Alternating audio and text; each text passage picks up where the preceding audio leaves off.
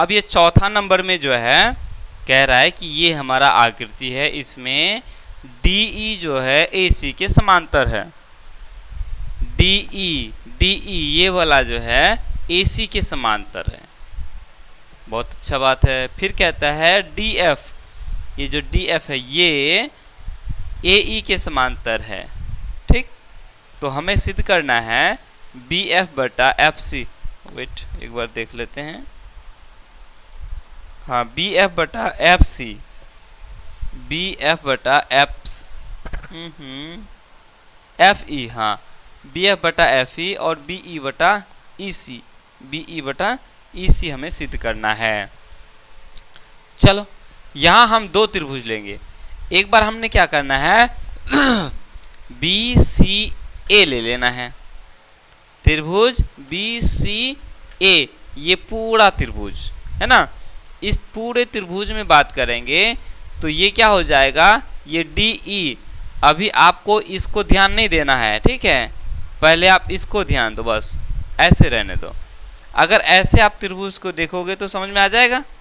देखो, सबसे पहले लिखेंगे हल, ठीक है। आकृति से जैसा वो पिछला वाला प्रश्न बनाया वैसे ही बना लेते हैं।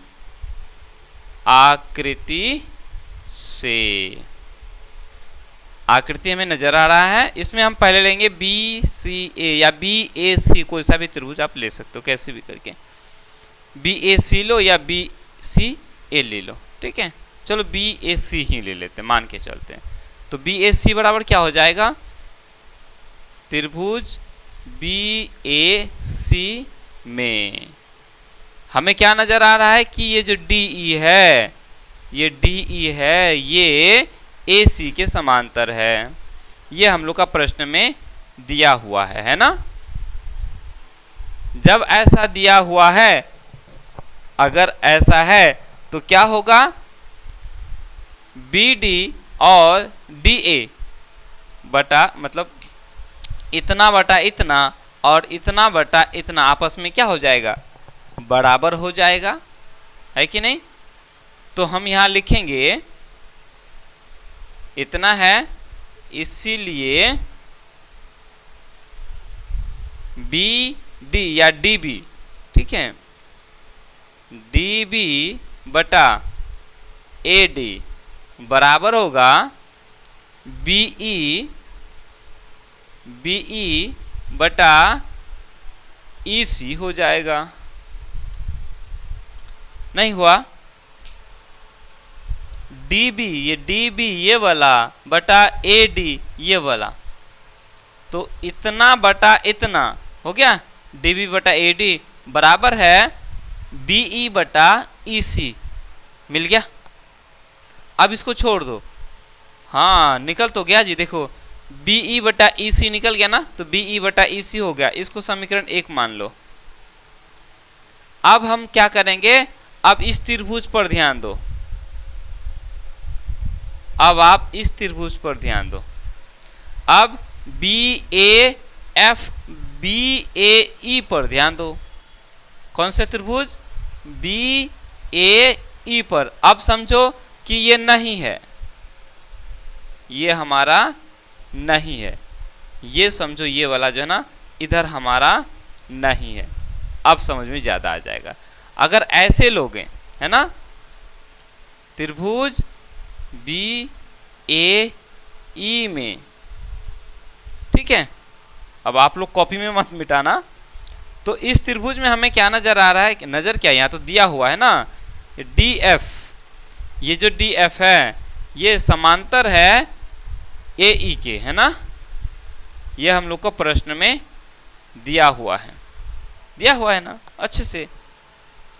तो बोलेंगे इसीलिए अगर ऐसा है DF जो है AE के समांतर है, तो निश्चित रूप से इतना बटा इतना, इतना बटा इतना क्या हो जाएगा, बराबर होगा। क्योंकि त्रिभुज के किसी भी भुजा के समांतर जब कोई रेखा होता है तो वो अन्य दोनों भुजाओं को समान अनुपात में विभाजित करता है। तो लो यानी DB बटा AD,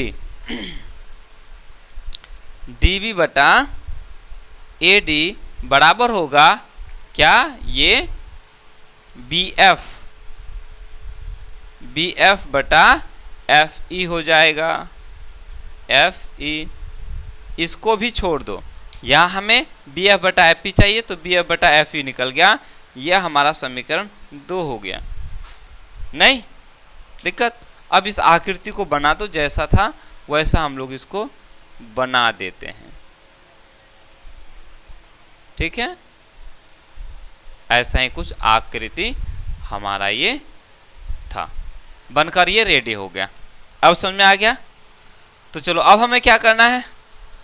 अरे हाँ देखो, समीकरण 1 और 2 में अगर हम नजर दौड़ाएंगे, dB बटा AD ये भी है, dB बटा AD ये भी है क्या। तो इतना बराबर इतना और इतना बराबर इतना, dB बटा AB ये भी है और dB बटा ये भी यही है, AD ये भी है ना, दोनों समान है ना। तो ये दोनों क्या आपस में बराबर नहीं हुआ। एक बार कहते हैं कि dB बटा AD बराबर है BE बटा EC, फिर कहते हैं नहीं dB बटा AD बराबर है BF बटा FC। अरे तो हम बोलेंगे ना कि भाई ये और ये भी आपस में बराबर ही हैं। नहीं, तो ये दोनों भी आपस में क्या हो गया, बराबर हो गया। यही तो सिद्ध करना था। तो यहाँ लिखेंगे समीकरण 1 और 2 से। तो समीकरण 1 हमारा क्या है, ये वाला है, dB बटा AD बराबर है BE बटा EC। तो पहले इसको लिख लो BF बटा FC को, हाँ FE को, तो पहले इसको लिख लो BF बटा FE बराबर हो गया BE बटा EC। यही हमें सिद्ध करना था, सिद्ध तो हो गया। यहाँ लिखेंगे सिद्ध हुआ। आकृति को देख के लगता है कि मैथ बहुत बड़ा लॉन्ग होगा, है ना, और पता चला 2 स्टेप में बन गया। क्या जी, एक को निकालना था, दूसरा को निकाला और तीसरा में बनकर रेडी हो गया। तो चलो बहुत इजी प्रश्न था, इसको सबसे ज़्यादा यही था ना, उतार लो इसको। चौथे नंबर का प्रश्न भी हम लोग का बनकर रेडी हो चुका है। सबसे ज़्यादा यही था ना, उतार लो इसको। चौथे नंबर का प्रश्न भी हम लोग का बनकर रेडी हो चुका है। सबसे ज़्यादा यही था ना, उतार लो इसको। चौथे नंबर का प्रश्न भी हम लोग का बनकर रेडी हो चुका है। सबसे ज़्यादा यही था ना, उतार लो इसको। चौथे नंबर का प्रश्न भी हम लोग का बनकर रेडी हो चुका है।